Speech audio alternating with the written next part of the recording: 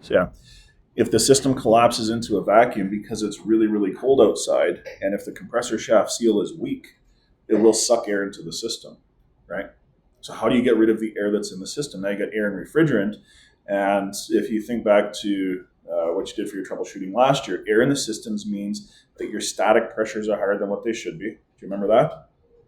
And it also means that as soon as the system starts running, the high side pressure goes way higher than what it should be. Okay?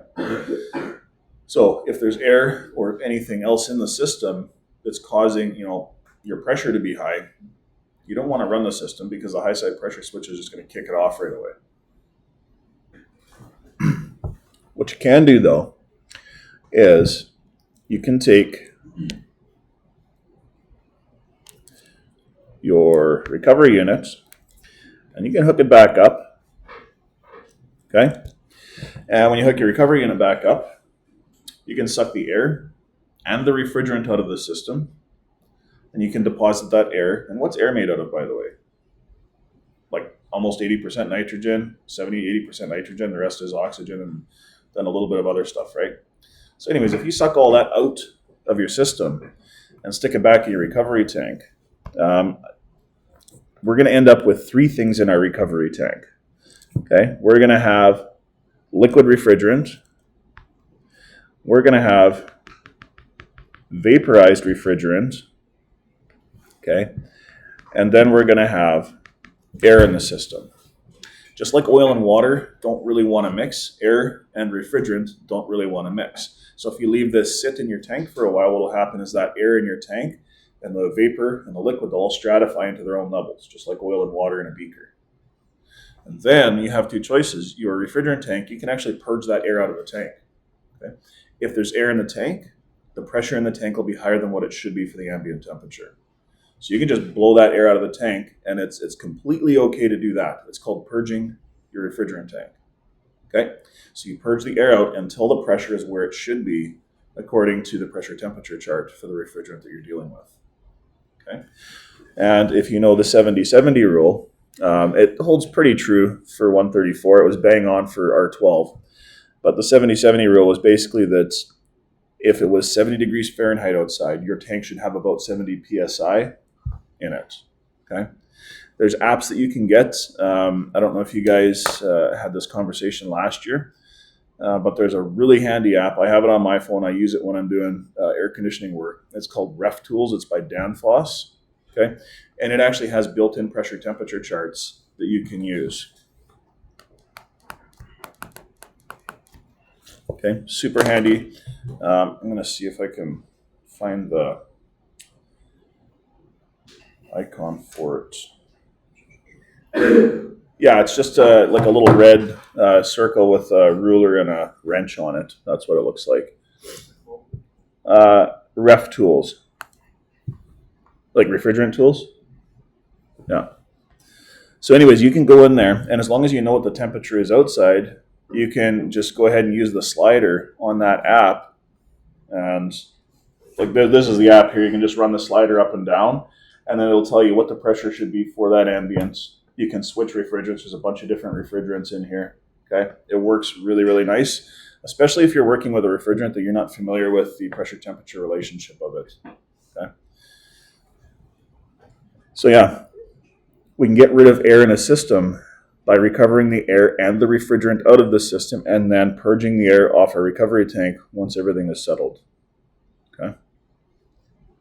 That's how you get rid of air. So let's assume that we've now pressure tested our system. Okay, take the recovery units and your tank and everything, take it away. So we've recovered the system, we have leak tested the system, and now what we want to do is we want to start getting this thing charged back up and put back in service.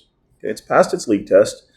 So if you're using nitrogen, you can just bleed the nitrogen off the atmosphere, right? Because, I mean, like we said, air is basically 70-80% nitrogen anyways. Just bleed it off, doesn't matter. Okay. And then what we're going to do is we're going to evacuate the system. So evacuating the system is where we put our vacuum pump on. And our vacuum pump is going to be, I'm going to try that again. There we go. So our vacuum pump, it literally just vents straight to air. Okay. So the vacuum pump is the one tool that we're going to use here. The purpose of the vacuum pump is to pull air and, more importantly, moisture out of the system. To pull moisture out of the system, we have to pull a deep enough vacuum for a long enough period of time. Okay? If you're going to use vacuum as your method of leak detection, if you check the regulations, I think it says something like you have to be able to pull, I think it was 500 microns and have it hold for like 15 minutes. But to get a system evacuated well enough that 500 microns of vacuum actually held at 500 for 15 minutes, you'd have to have a really tight system, okay? And there would have to be zero traces of any moisture or any refrigerant or anything in there. So what I'm saying is you'd probably have to vacuum it for a half an hour to an hour first and then let it sit for 15 minutes as a leak test. So I would argue that a vacuum leak test is going to take you longer than a nitrogen pressure one. And in order to legally charge a system, you have to have it pass a leak test. That's the law. Okay? Let me rephrase. If you want to recharge a system with a regulated refrigerant, it has to pass a leak test. Okay? So there are some unregulated refrigerants out there too, aren't there? Okay, Red Tech is one of them. I think it's kind of a waste of time and money to charge a leaking system with Red Tech, but I'm saying you're technically not breaking the law if you fill a system with Red Tech as long as there's no regulated refrigerant in it. Okay. Vacuum pump. Now, how do you know that you've actually pulled the kind of vacuum that we're talking about here? Well, this is where having that extra port is pretty handy. You can hook up a special tool here, and this tool is able to measure with very, very high accuracy how much vacuum is in the system. This is called a micron gauge. How many of you guys have one of those? Okay.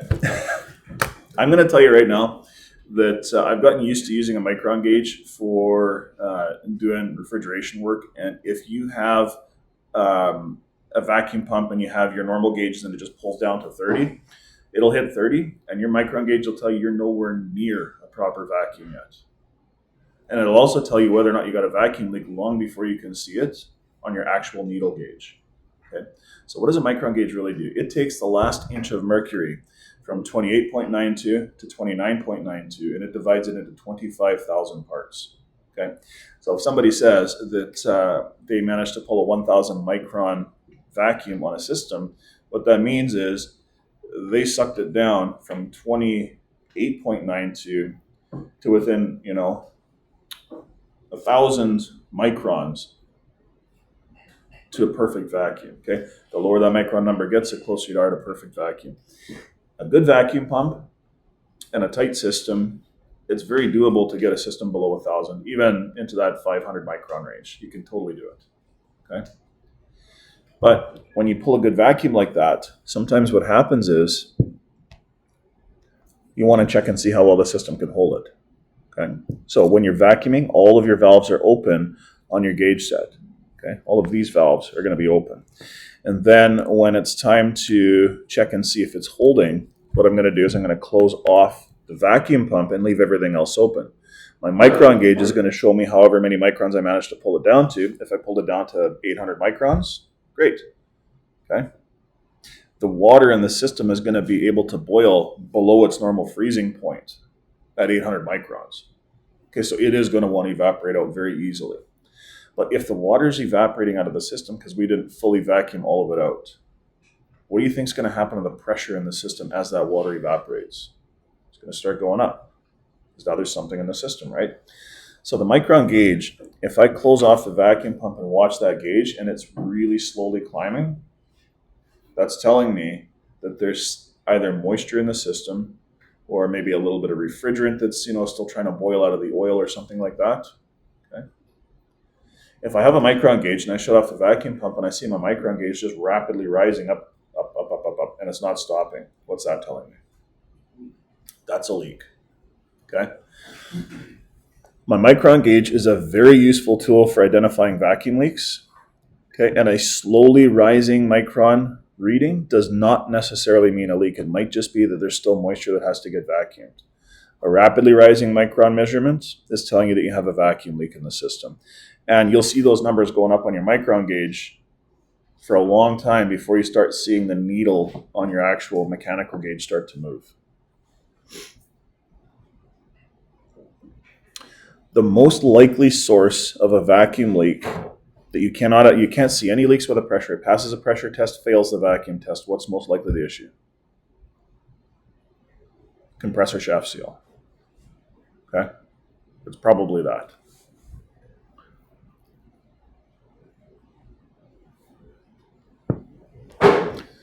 So let's assume that we've got this machine. It's vacuumed out. Micron gauge tells us that this machine has a good tight system with no moisture in it. So now we want to charge the system. There might be something we do before we start putting refrigerant in. We might have to add oil depending on if we've changed parts. Okay, so if you change a dryer, if you change a condenser, something like that.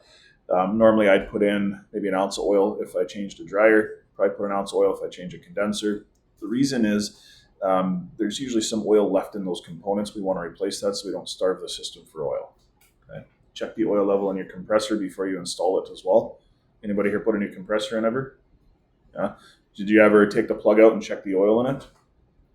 Dump it out, see how much was in there, maybe put new oil in it before you put it onto the machine? Or you just put that stuff back in that was in there? I usually talk to the Facebook users. Okay. Usually on a compressor, it'll actually have a sticker that tells you how much oil is supposed to be in the compressor. So if you take the plug out of the compressor and just dump it into some sort of jar that you can measure it in, see how much is in there. The compressor is usually sealed, so that oil should not be moisture contaminated. Okay, so you can put that oil back in, or you can go ahead and refill it with your own oil, fresh, clean oil out of a new jug, just for your best chances of not having issues. Okay, but anyways, we got to get this vacuum pump out of here because we don't need it anymore. Okay, so we'll take our vacuum pump, we'll put it over there, and now it's time to fill the system up, but I might want to put some oil in first. Put my recovery unit over there. Now we're going to grab this guy, we're going to bring it back over here. Okay, so oil. How do I get oil in the system? Well, guess what? I got vacuum in the system. So if I'm trying to get some oil in the system, one thing I'll often do is pour a measured amount of oil into a beaker, something where you can measure how much you're putting in. You take your yellow line and you stick it down in the oil and use the vacuum in the system to suck the oil into the system. If you have an oil injector, then pop off your line and use that oil injector. Okay. And then what you're going to do is you're going to hook that oil-filled line up to your refrigerant tank. Okay, right now I have this showing connected to vapor. When I'm charging refrigerant, I do not ever want to charge from the vapor line. Can somebody tell me why I wouldn't want to charge from the vapor line? If it's a recovery tank, there's a very good chance there's air mixed in with the refrigerant on the top. If it's a virgin tank of new refrigerant, charging vapor is just going to take you forever. There's no reason to do that. Okay, so who here charges liquid? Yeah. Okay. Some people, they may have been taught years and years ago that if you charge liquid, you're going to damage the compressor, so only ever charge vapor. I don't agree with that.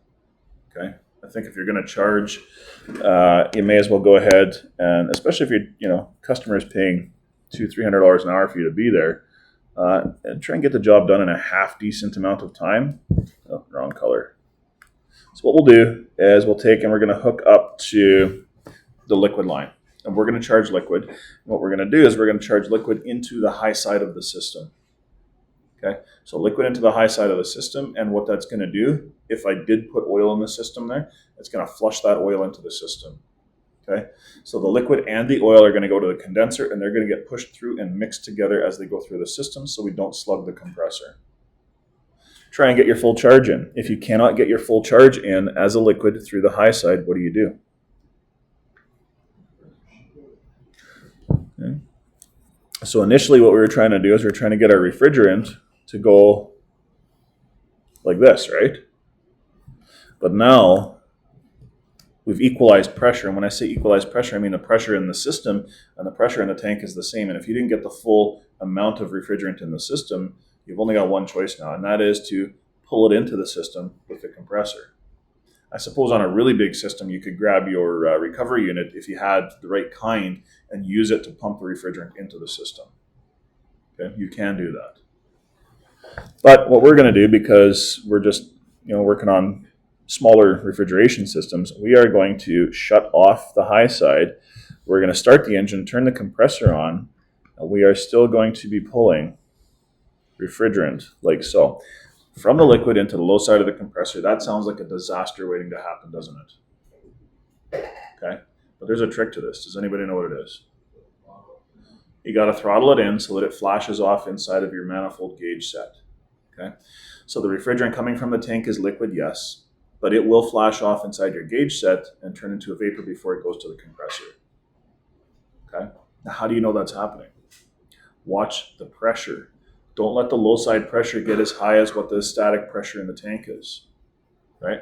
So that term, saturated vapor pressure or static pressure, okay, the 70-70 rule, right? So if it happens to be a nice 20 degrees Celsius day, which is about 70 degrees Fahrenheit, that means the refrigerant in the tank will be about 70 psi. And that means if I throttle the low side with the valve so that the low side never gets above 50 or 60 psi while I'm sucking it in, it's going to flash off. Easy.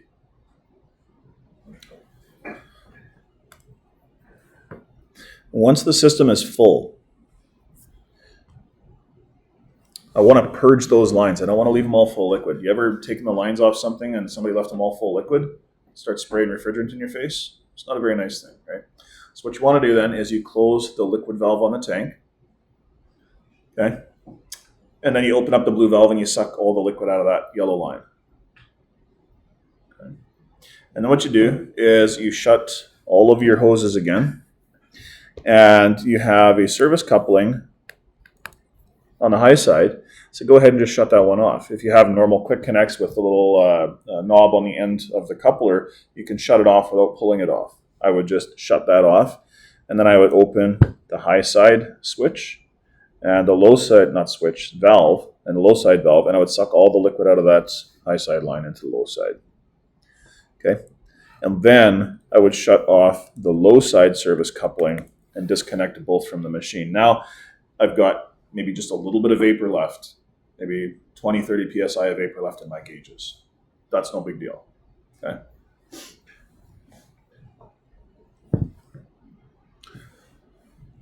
So for AC, I think that's a pretty good look at what you guys would have talked about in previous levels. Okay. Now the one thing we didn't do here is make a big troubleshooting chart to go with this. All right. So if you guys want, we can spend our last 15 minutes or so here. We'll just bang out a quick troubleshooting chart with a couple scenarios. And the reason I want to do that is when it comes to the IP or whether it comes to any of the tests you're going to do with me, there's going to be some troubleshooting questions on there. So let's go over some of those scenarios. Okay. And we'll just go ahead and do ourselves up a type to list.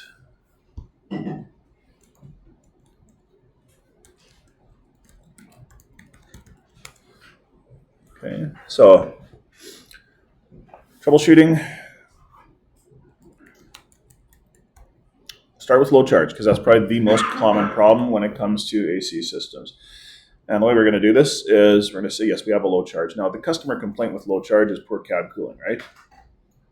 But I'm going to assume that the main reason why AC systems show up to you is because of poor cab cooling. So we're not going to specify that. That's why you're there. The reason is a low charge, okay? Now, if I have a low charge, what I'm going to observe that's going to tell me it's a low charge is a couple of things. One of those things is rapid compressor cycling. So on, off, on, off, on, off, right?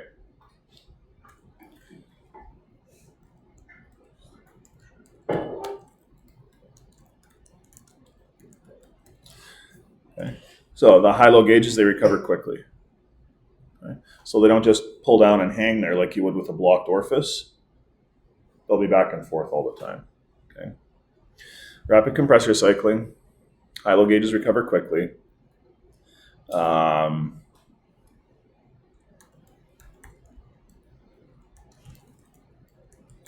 excessive superheat. And this thing right here, the superheat, this is one of those ones where sometimes your best tools for diagnosing AC systems are these two things right here. Just feel the lines, okay? If one line going into the cab is cold and the other line coming out is hot, okay, that's actually perfectly normal because the one line going to the cab is probably the high pressure line feeding the expansion valve. So don't in your mind say that's high superheat. What you got to do is you got to try to get access to the lines after after the evaporator, or sorry, after the expansion valve. That's what I'm trying to say here. We're trying to figure out what the difference in temperature is between the inlet and outlet of the evaporator itself.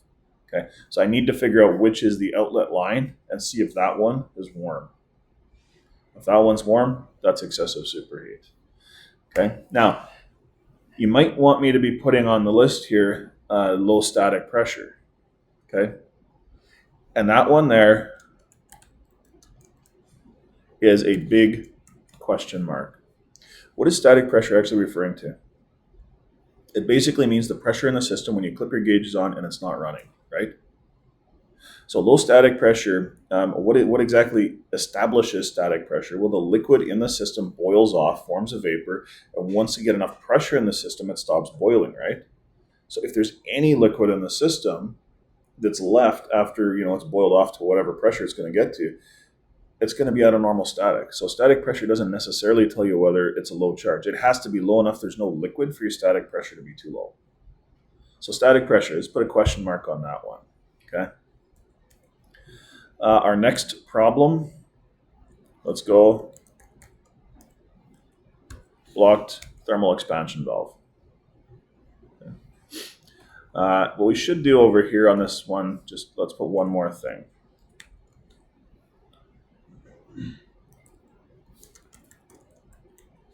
Low high side pressure. Okay. Why would the high side pressure be lower than what it should be? Because if there's no refrigerant, there's no heat load, right? High side pressure is dictated by heat load. Okay, blocked expansion valve. With a blocked expansion valve,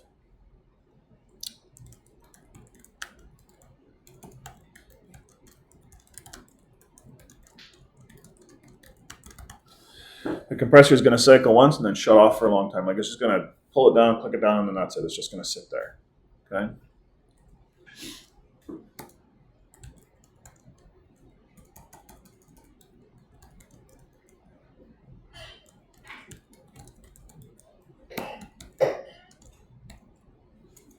Gauges, they don't recover quickly. Just pull them apart and then they sit there. Take a long time for that pressure to equalize before the compressor kicks in. It'll pull it down once, then it'll sit there for a long time again, right? Classic symptom of a blockage in the system. And it's either a blocked TXV and the other one, and I have seen this.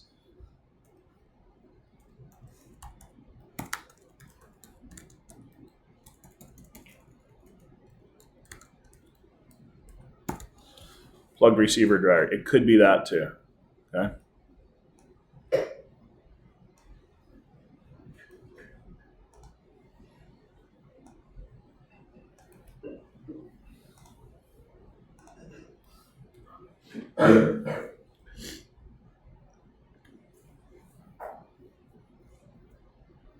Okay, we're not going to worry about superheat here because there just isn't any refrigerant moving in the system, so it's going to feel warm on both sides, almost like the system is off, because effectively it may as well be, right? The compressor's not running, refrigerant's not flowing in the system, it may as well be off.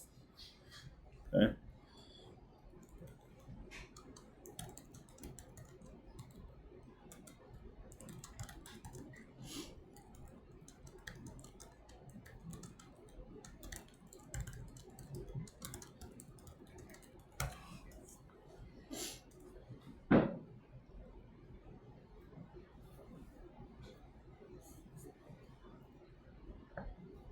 So low charge, a blockage in the system. Okay.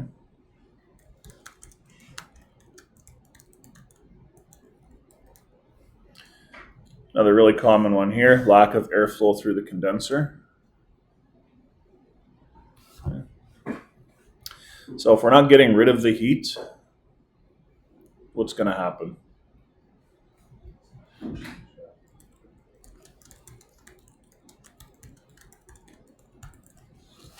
higher than normal high side pressure.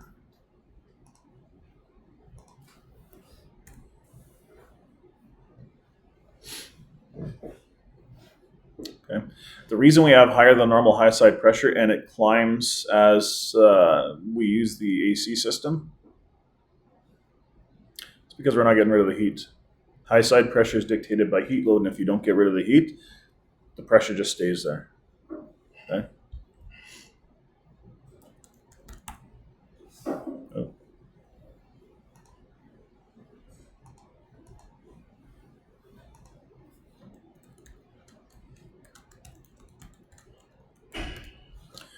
That will kick out the high side switch after a while.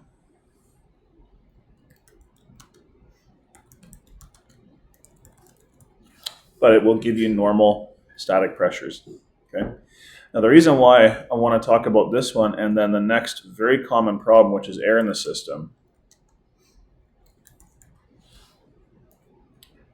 is they look really similar, but there's one thing that separates and one thing that differentiates air versus just a lack of cooling happening in the condenser. Okay, so air in the system is going to give you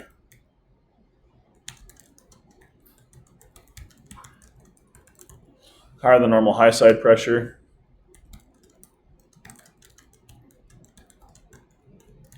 It will kick out the high side switch, but here's where the difference is. What about your static pressures? Yeah. And this is why you always want to check your static pressures before you start the machine.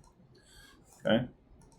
So what I would do is I'd take off the service caps, I'd get my sniffer out, I'd check and see if the Schraders are leaking. Then I would clip on my gauges and read my static pressures, and this all happens before I fire that machine up. I don't get in the cab and see if it's cooling or not.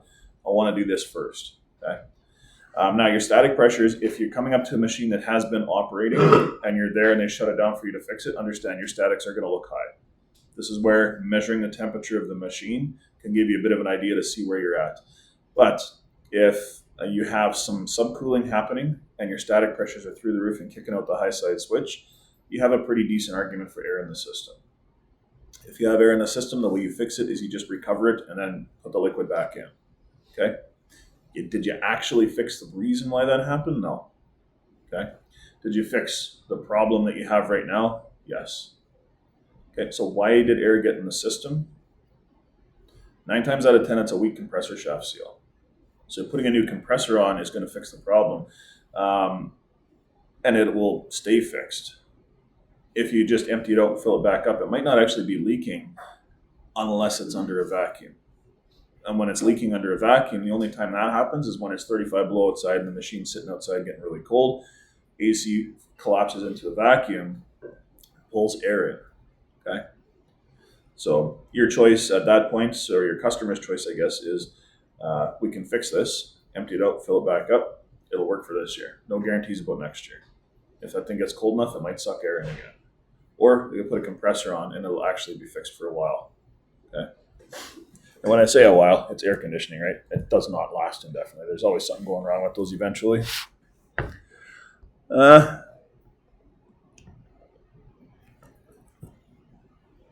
There's definitely other things that can happen to an AC system, but these are probably the most common issues that happen.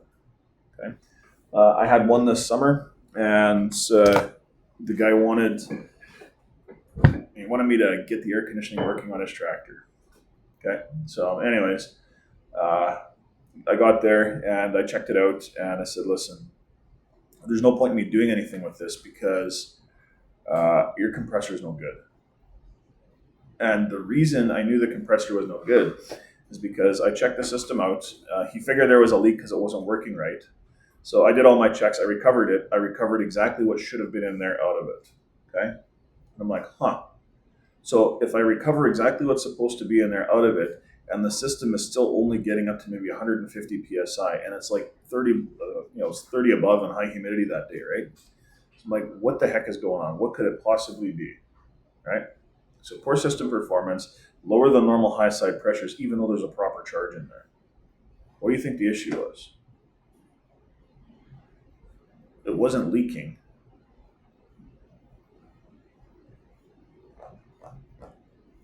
two possibilities. Compressor can't make pressure, or the expansion valve is stuck wide open. But if the expansion valve is stuck wide open, that means the pressure should have equalized really fast, and it should have been icing up the evaporator, right? It wasn't doing that. To confirm it was the compressor, I stuck some cardboard in front of the rad, okay? Now, that should have done the same thing as a lack of airflow through the condenser. That should have shot those pressures through the roof. It couldn't make more than about 150 PSI. I said, bud, you need a compressor, okay? So he got a compressor, and that fixed that problem. Okay, but if you have a weak compressor, I mean, you can sit there and spin your tires and be looking for issues. If you have the right charge and the expansion valve isn't stuck open and it still can't make pressure, even with the expansion valve wide open, it still should make pressure. You know, you can test your compressor, throw a piece of cardboard in front of the rad, see if the pressures go up. They should spike like crazy. Okay. All right, so that pretty much brings us through the diagram, some of the tools we're going to use, some really normal troubleshooting scenarios here as well.